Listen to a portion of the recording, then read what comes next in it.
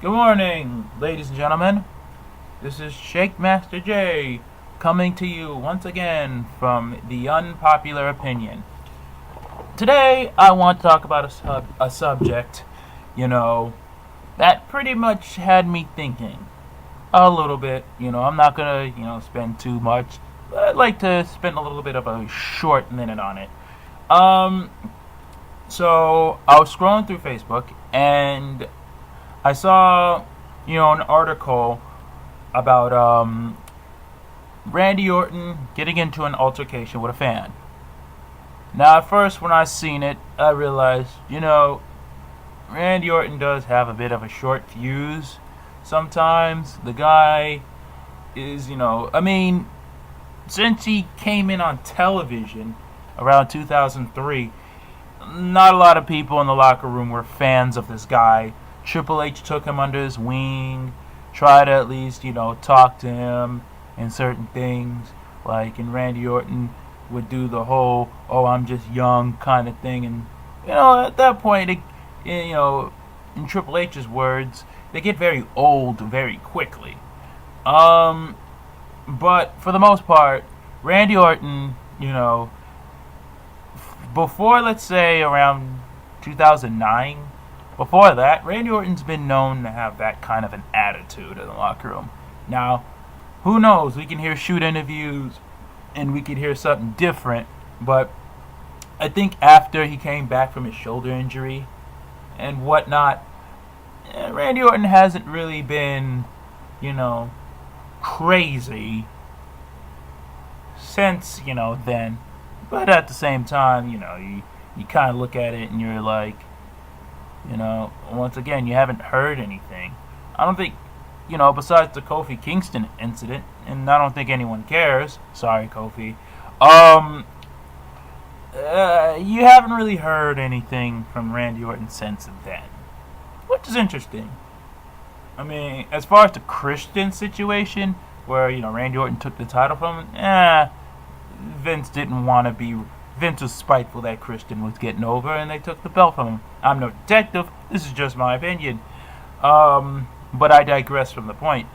You haven't really heard any incidents from Randy Orton since then, and it's like, you do hear that he gets into it with some fans here and there, but for the most part, Randy Orton doesn't really, I mean, you can hear some funny Twitter episodes he has, but for the most part, Randy Orton is a lot older now. He's in his 30s. Geez Louise. When you think about when he debuted in 2002 at 22, then 2 years later becoming the youngest world champion, because they didn't want the moniker to be on Brock Lesnar since he left the year of 2004, so they gave it to Randy Orton. It's interesting, that he's been here for so long. Him and John Cena have been here for so long. When they came in 2001 and they made names for themselves with Lesnar and Batista and Benjamin and even Rico at the OVW territory, thanks to Jim Cornette's promotions.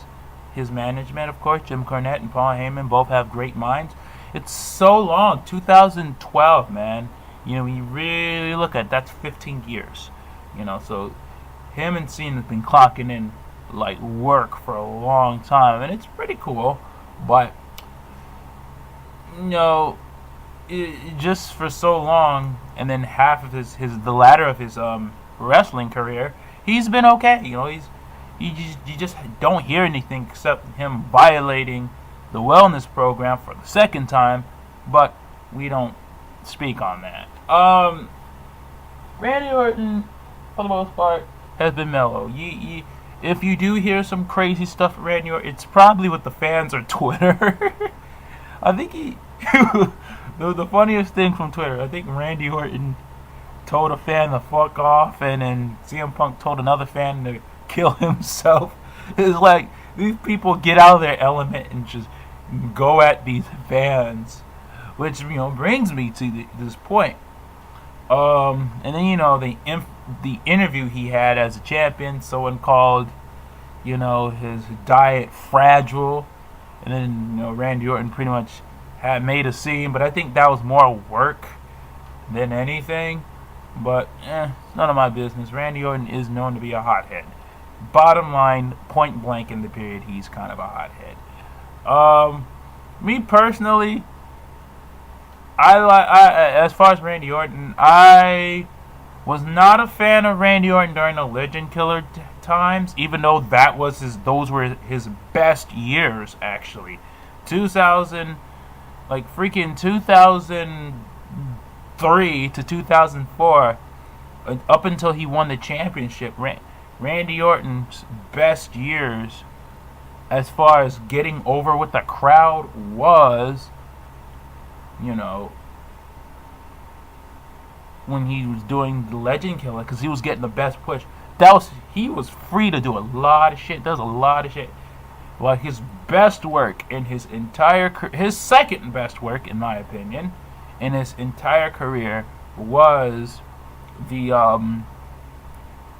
work he did with Foley, because Foley is good at putting people over. Foley just knows how to put people over. Foley knows what's best for business. But a lot of people don't know this, but although he got himself over in that Hell in a Cell match, he kind of put The Undertaker over. And a lot of people, it's weird. And they had crazy matches back in '96 before his Hell in a Cell match. But, what's crazy about this one is, it made Foley made The Undertaker look scary in that match. Like when you think of Hell in a Cell, you think of Mick Foley. But when you think of The Undertaker, you think of all this crazy shit that The Undertaker has done. You think of, Undertaker throwing Mick Foley off the fucking cage. But, once again, going back to my point, Foley's always been good at putting people over. And, putting Randy Orton over was no surprise there. Even putting Edge over.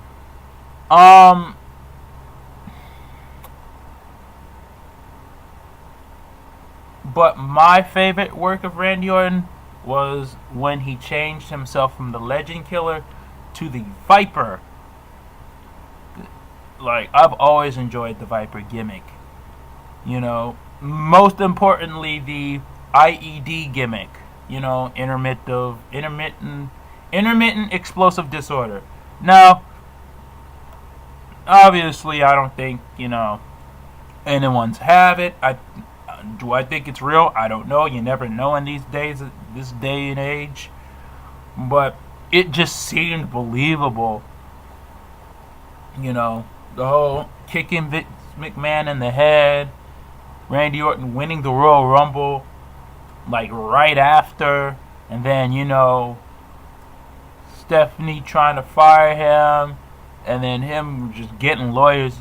That entire gimmick was crazy. His feud with Triple H was crazy up until their WrestleMania match. Not the wrestling match per se, because a lot of people have that. I actually liked the match. I do agree it could have went even better. It could have gotten better.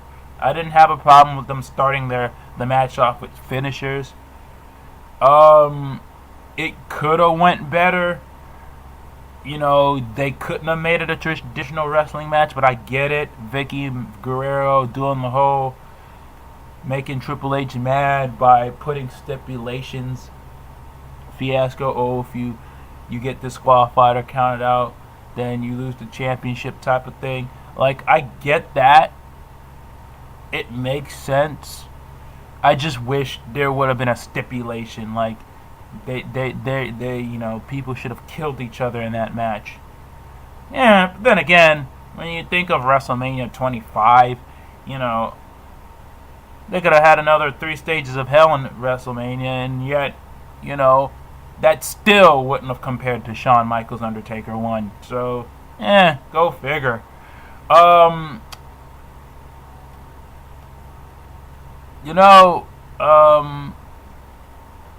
Those were his best gimmicks. So I liked Randy Orton. Even afterwards, I liked Randy Orton. When he was a face, I liked him. When he turned heel, I was just like, Randy Orton, I think Randy Orton's best moment I liked was when he turned face again and was going at Seth Rollins. I enjoyed it Because you just see, now it's like, now you see Randy Orton starting to come into his own. I really feel like Randy Orton's got personality. It's just, like a lot of people says, he's very robotic when it comes to his product. Mainly because, you know, he just sometimes he doesn't ad-lib anymore. They tell him what to do. Sometimes some people are good at it. Some people are just better, you know, when they freestyle. Some people are better when they throw in a little spice. Some people are just better when they do extra shit. So when I see Randy Orton do some stuff in the ring or in the program, I'm thinking to myself, okay, I think he's going off the script, but I like it. You know what I mean? Like, you see Randy Orton's very free on Instagram. You see him do all this stuff. Twitter, like, with his new baby mama, it's, like, interesting. You just see Randy Orton doing a lot of crazy stuff. Even though he should be selling the injury Seth Rollins gave him. But since Randy Orton wasn't getting a push, fuck it. Give him some time. But, yeah, I like Randy Orton now. I didn't really like him when people liked him. I don't know why. I just felt like this I can get along with. However, as far as the whole situation, what people don't know, Randy Orton was in a gym. I believe this was on a Tuesday. Randy Orton went to a gym. Don't know where. He went to a gym. Fan decided to take a picture of the guy. Randy Orton, initially when they asked, Randy Orton's like, sorry, can't hear you, gotta focus, or something like that. You gotta read the reports. I'll give you the link in the description. But obviously while Randy Orton was working, fan tried to sneak a picture. Randy Orton caught that fan red-handed, and from what I understand, he walked to a fan and pretty much was like, I did not want no fucking pictures. And other than that, you know, you gotta read the rest for itself. Now, my opinion on it, you know, some people could say, well, Randy Orton's wrong for going off on his fans. Why would he go off on his fans? That's not right.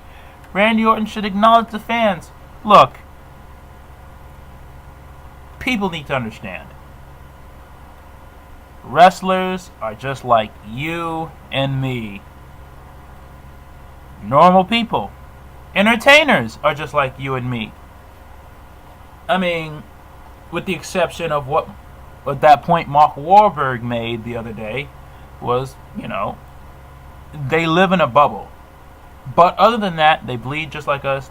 They just want privacy. Some people have to live in their bubbles because of shit like this. You know?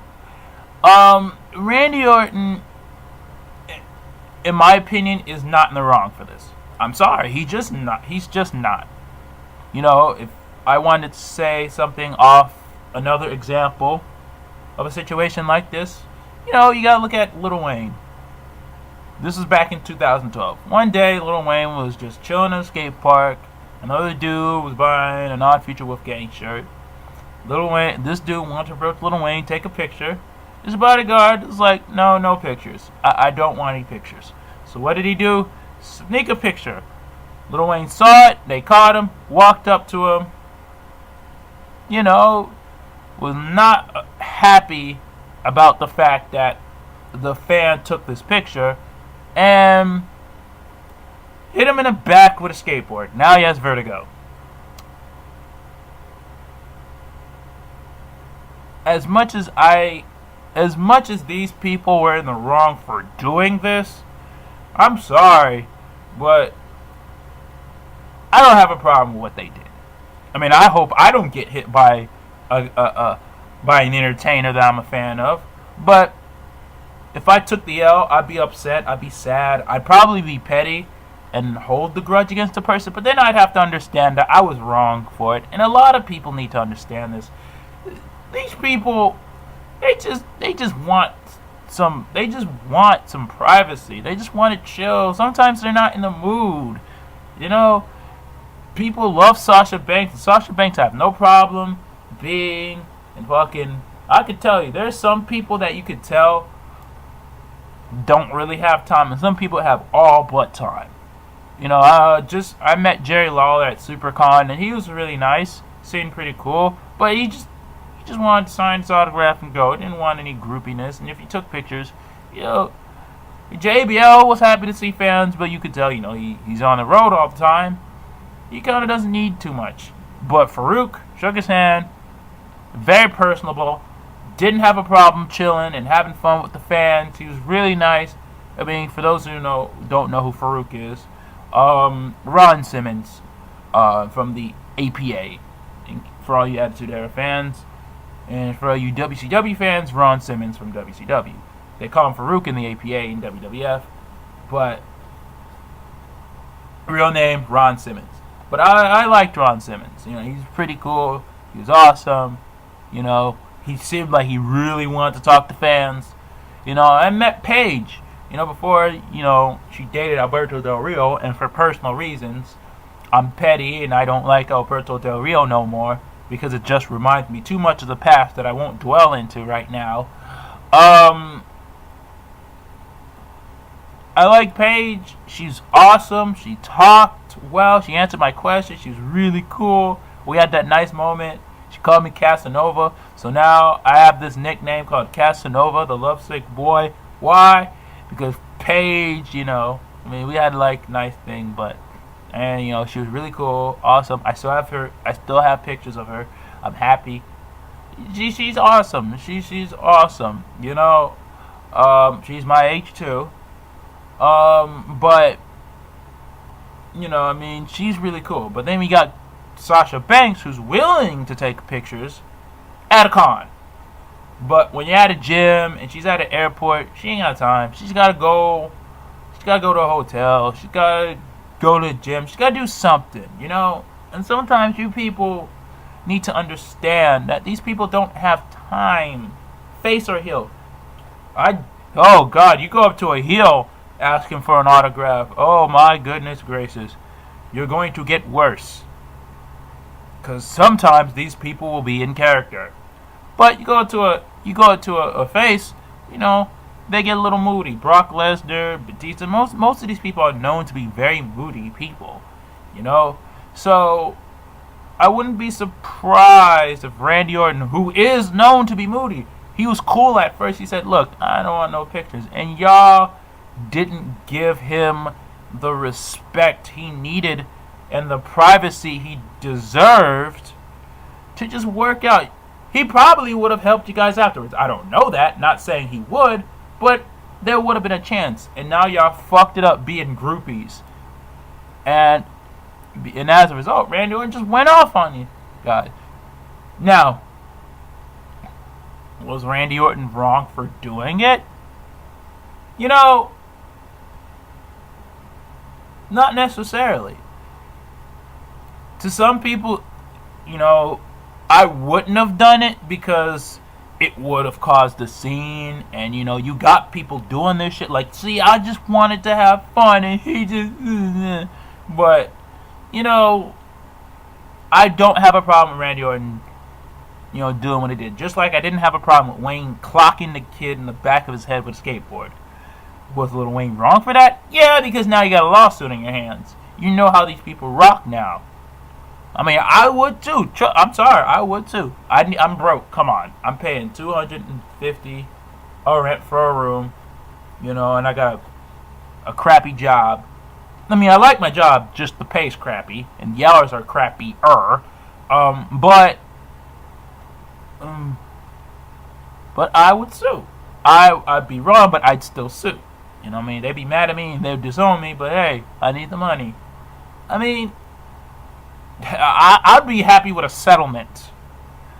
A settlement enough where I don't have to lose the money paying lawyers. But for the most part,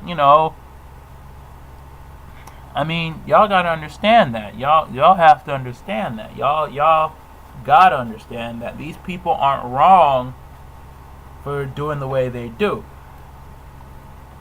Should they have done it? No, because they have a situation. But one of these days, I've always said, one of these days, these fans' groupie behaviors are going to get the right ones The reason why I don't have a problem with certain people doing certain things, certain entertainers going off on these celebrities the way they have, whether it's physical or not, is because at one point, you know, these fans need a reality check. One point, they do this. They probably do this all the time. They probably piss off a lot of people. I mean, you gotta realize something, and this is something I just did not appreciate, and I know a lot of people didn't appreciate this. First and foremost, Obama's daughter graduating. And this pissed off a lot of people. And I know a lot of people are pissed off about this. First and foremost, Obama with that fucking Lollapalooza with Bryson Tiller performing and dancing and having fun with her friends. Now, you know, people over there taking videos of her smoking a joint. And you gotta tell yourself, like, really? You couldn't let this girl be? You know, compared to the daughters of George Bush and all these other people, I think her name was Malia, if I'm not mistaken, the older one. I'm gonna call her Malia. Someone correct me if I said her name wrong. You know, the former president's daughter, Obama, you know, she just having fun, smoking a joint, and they caught her video. I mean, was she wrong doing it? You know, you gave people a reason to do something, but at this point, it's like, you know, it's marijuana. It's not like George Bush's daughter or any one of these other presidents' daughters who are getting in such crazy scandals. So, you know, I didn't have a problem with Malia Obama because you don't hear anything else. You know, you hear the younger sister actually has a job. Like, yeah, she's actually working. Probably is short. It's been short. Probably she had to quit because it was too much pressure. But for the most part, you know, she had a job.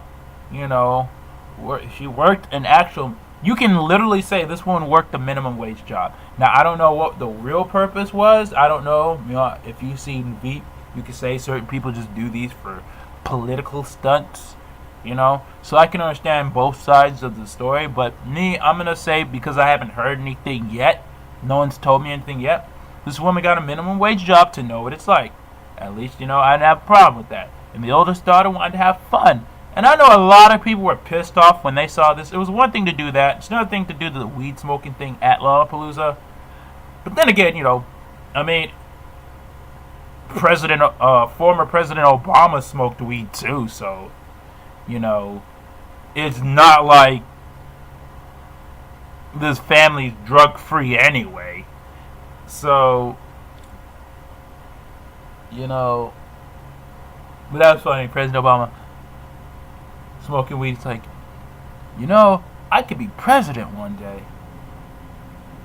And then you gotta see the meme. It's funny, but you know, it just, you know, they take a picture of Malia at a beer at a party where they're doing beer pong kegs and all this, and you can see in the picture of her face. You look at it, and they put her on Snapchat. You gotta realize something. No, not good news at all, Professor. You gotta realize something. These people, you gotta be kidding us. You know, you gotta be fucking kidding me. And I know she had that look, and I know everyone looking at her had that look. I wouldn't be surprised if I found out that the kid that took the picture got kicked out. And if he did, he deserves to. Now, we don't know what happened afterwards, but one thing we did know, two things actually, I knew.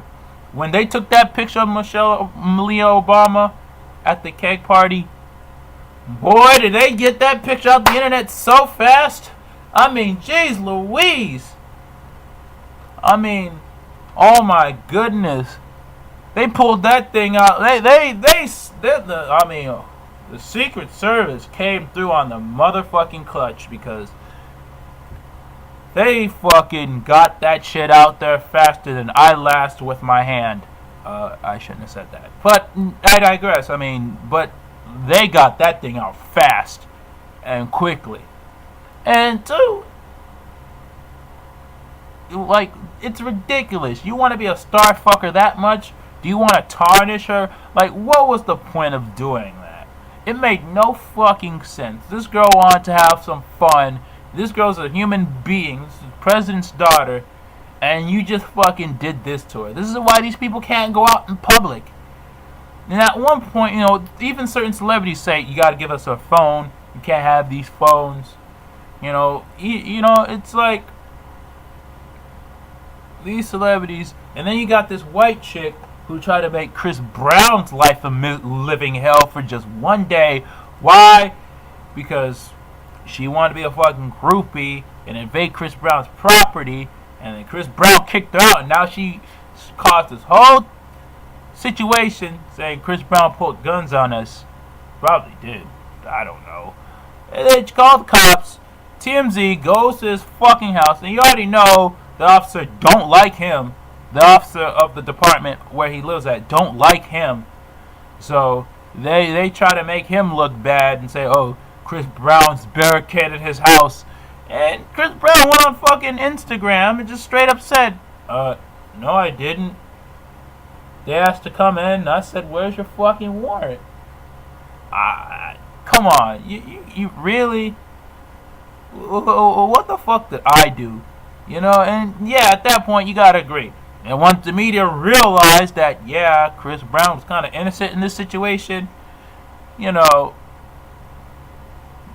boy, did they, once again, they were quiet about that situation. It's funny how when certain bad people are in the right, they're just whoop. But when they're in the wrong, they just they go on these smear campaigns like it's nothing.